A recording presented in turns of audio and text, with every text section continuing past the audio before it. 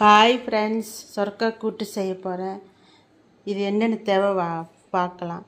இதுக்கு ஒரு சொரக்காய் எடுத்துருக்கிறேன், 2 தக்காளி எல்லாம் கட் பண்ணி வச்சுருக்கேன். தேங்காயில் அரை மூடியில் 1/4 மூடி எடுத்துக்கங்க. 6 வத்தல் எடுத்திருக்கேன். உங்களுக்கு காரம் எவ்வளவோ அவ்வளோ பார்த்துக்குங்க. அரை ஸ்பூன் ஜீரகம். இது பேஸ்ட்டாக அரைக்கிறது. தாளிக்கிறதுக்கு வெங்காயம் ஒரு 5-6 வெங்காயம், ஒரு பச்சை மிளகு, கொஞ்சம் கருவேப்பிலை. பருப்பு பாசிப்பருப்பு ஒரு 3/4 டம்ளர். நீங்கள் அரைச்சதும் மஞ்சத்தூள் போட்டு இதை அடுப்பில் வைக்கணும். இது வேகிச்சு எடுக்கணும். இந்த டம்ளரில் நீங்கள் ஒரு 3/4 டம்ளர் போட்டால் போதும்.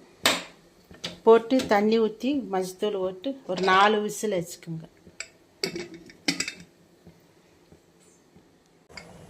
இந்த மாதிரி ஓப்பன் பண்ணி இந்த மாதிரி பருப்பெல்லாம் வெந்திருக்கு. பருப்பு இந்த காய் இதில் போடணும்.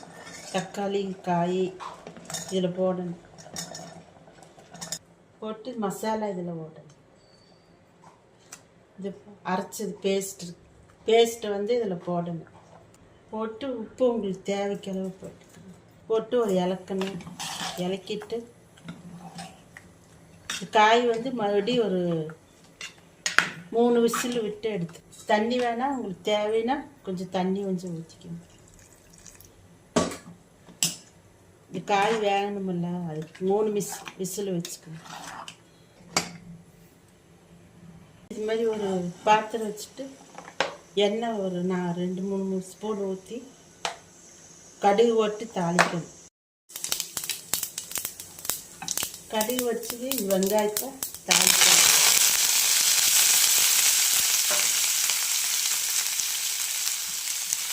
தாளித்து ஒரு வதங்கினதுக்கப்புறம் அந்த கூட்டில் போடணும். ஓகே ஃப்ரெண்ட்ஸ், இந்த மாதிரி திறந்து பார்த்து ரெடி ஆயிடுச்சு. இது தாளித்தது கொட்டணும். ரெடி ஆயிடுச்சு. கொட்டி ஒரு ஸ்பூனு தேங்காய் எண்ணெய் ஊற்றிக்கோங்க. ஒரு ஸ்பூன் தேங்காய் எண்ணெய் ஊற்றி ஒரு இலக்கி விட்டு மல்லித்தலை வேணால் உங்களுக்கு விருப்பம் இருந்தால் போடுங்க, இல்லாட்டி வேண்டாம்.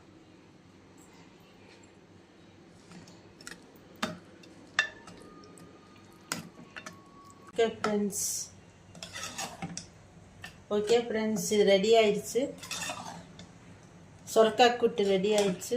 செஞ்சு சாப்பிட்டு எப்படி இருக்குன்னு கமெண்ட் பண்ணுங்கள், லைக் பண்ணுங்கள், ஷேர் பண்ணுங்கள், சப்ஸ்கிரைப் பண்ணுங்க ஃப்ரெண்ட்ஸ்.